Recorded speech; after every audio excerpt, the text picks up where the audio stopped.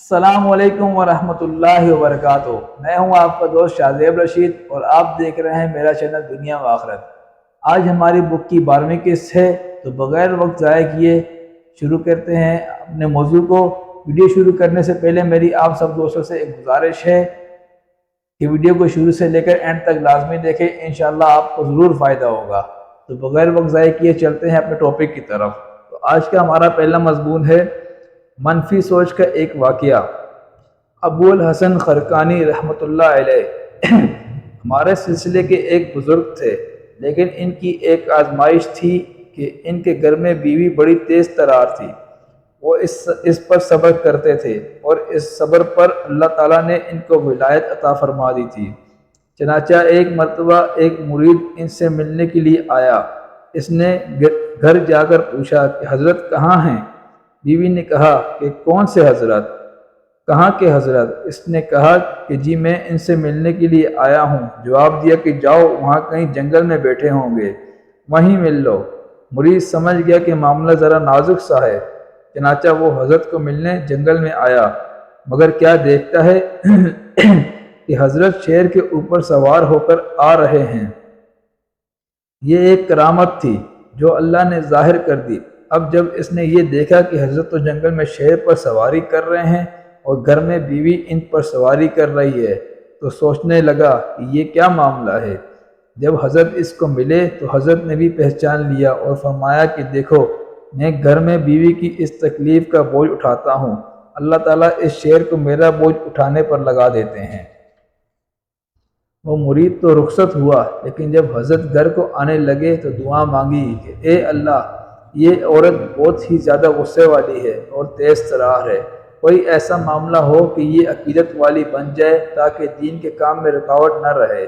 چنانچہ اللہ تعالیٰ نے ان کو ایک کرامت بخشی کہ وہ ہوا میں اڑنے لگ گئے اور اڑتے اڑتے اپنے گھر کے اوپر سے گزرے۔ جب واپس گھر آئے تو گھر میں داخل ہوتے ہی بیوی نے استقبال کیا کہ بڑے بزرگ بنے پھرتے ہو اور بڑے ولی بنے پھرتے ہو۔ ولی تو وہ تھا جسے میں نے آج ہوا میں اڑتے دیکھا۔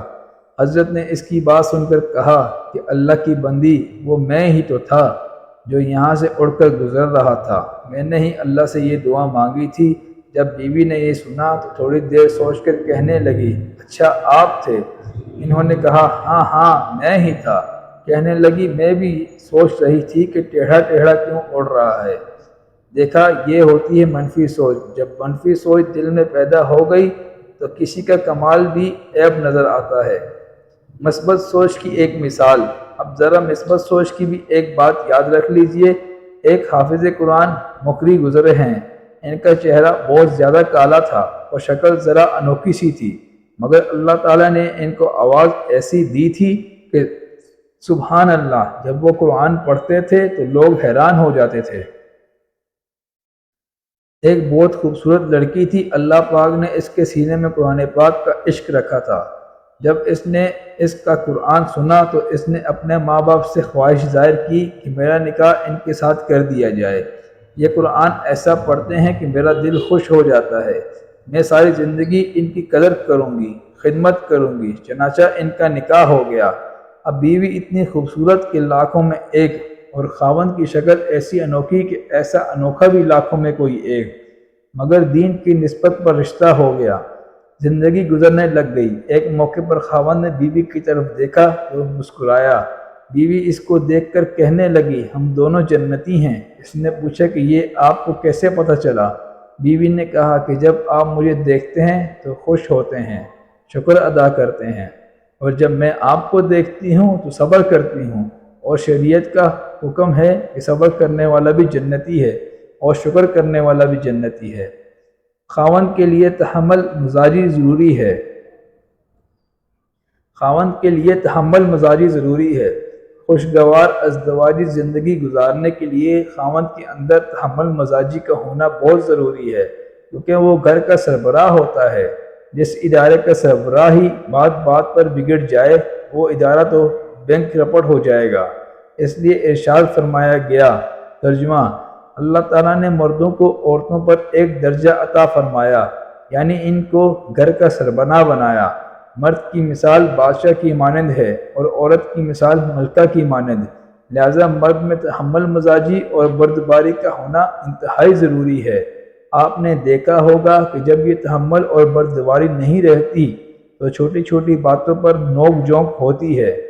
معمولی باتیں جیسے کھانے میں نمک کیوں کم ہے، یہ روٹی ٹھنڈی کیوں آ گئی، گرم آنی چاہیے تھی، یہ فلاں کام ایسے کیوں ہوا۔ بیوی بیچاری گھر کا کام کاج کر کر کے تھکی پڑی ہو تو کبھی تعریف کے کلمے زبان سے نہ نکلیں گے، مگر تنقید کی بات جہاں ہاتھ آ گئی وہاں بیوی کی خیر نہیں۔ وہ مرد جن میں تحمل نہیں ہوتا، ان کی ازدواجی زندگی کی گاڑی راستے میں کہیں نہ کہیں کھڑی ہو جاتی ہے۔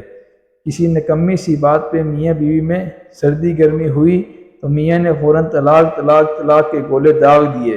ایک دفعہ فقیر سویڈن میں تھا، وہاں ایک فیملی میں طلاق ہوئی۔ وجہ یہ تھی کہ خاوند کچن کے سنگ میں آ کر برش کیا کرتا تھا، بیوی اس کو منع کرتی تھی کہ جب باتھ روم کا سنک ہے تو وہاں برش کیا کریں۔ اس نے کہا نہیں، میں تو یہاں ہی کروں گا۔ لو اس بات پر میاں بیوی میں طلاق ہو گئی۔ جس نے سنا حیران ہوا، بہت جگ ہنسائی ہوئی، کاش کہ دونوں عقل سے کام لیتے۔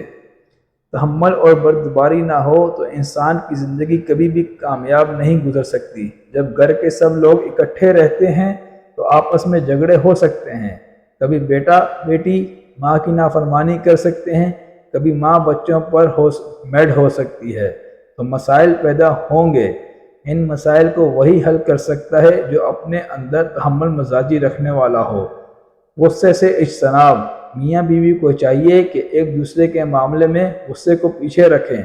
اللہ تعالیٰ فرماتے ہیں، ترجمہ: وہ غصے کو پی جانے والے ہوتے ہیں، انسانوں کو معاف کر دینے والے ہوتے ہیں۔ اللہ تعالیٰ ایسے نیکوکاروں سے محبت فرماتے ہیں۔ لہٰذا جو انسان دنیا میں دوسروں کے ساتھ نرمی کرے گا، اللہ تعالیٰ قیامت کے دن اس کے ساتھ نرمی کرے گا، اور جو اپنے ماتحتوں کے ساتھ سختی کرے گا اللہ تعالیٰ اس کے ساتھ سختی فرمائیں گے۔ طبرانی شریف کی روایت ہے کہ جو آدمی دنیا میں دوسروں کی غلطیوں کو جلدی معاف کرنے والا ہوگا، اللہ تعالیٰ قیامت کے دن اس کی غلطیوں کو جلدی معاف فرما دیں گے۔ ایک اور روایت میں آتا ہے کہ جس نے کسی مومن کا دل خوش کیا، اللہ تعالیٰ اس خوشی سے ایک فرشتہ پیدا فرماتے ہیں، اور وہ فرشتہ قیامت تک اللہ کا ذکر کرتا رہتا ہے، اور اس کا ثواب اس خوش کرنے والے بندے کے نامہ اعمال میں لکھا جاتا ہے۔ جب عام مومن کے دل کو خوش کرنے کا اتنا اجر ہے تو جو خاوند اپنی بیوی کا دل خوش رکھے گا تو اللہ رب العزت کی طرف سے وہ کتنا اجر پائے گا۔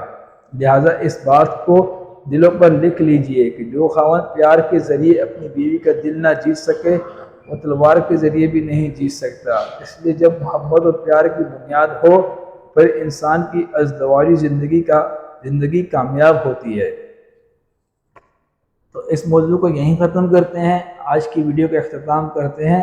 تو ویڈیو ختم کرنے سے پہلے میری آپ سب دوستوں سے گزارش ہے کہ جس نے میرے چینل کو سبسکرائب نہیں کیا تو میرے چینل کو لازمی سبسکرائب کر لیں تاکہ میری ہر نئی آنے والی ویڈیو کو نوٹیفیکیشن آپ کو بر وقت مل سکے۔ تو نیکسٹ ویڈیو تک کے لیے اجازت دیجیے، اللہ حافظ۔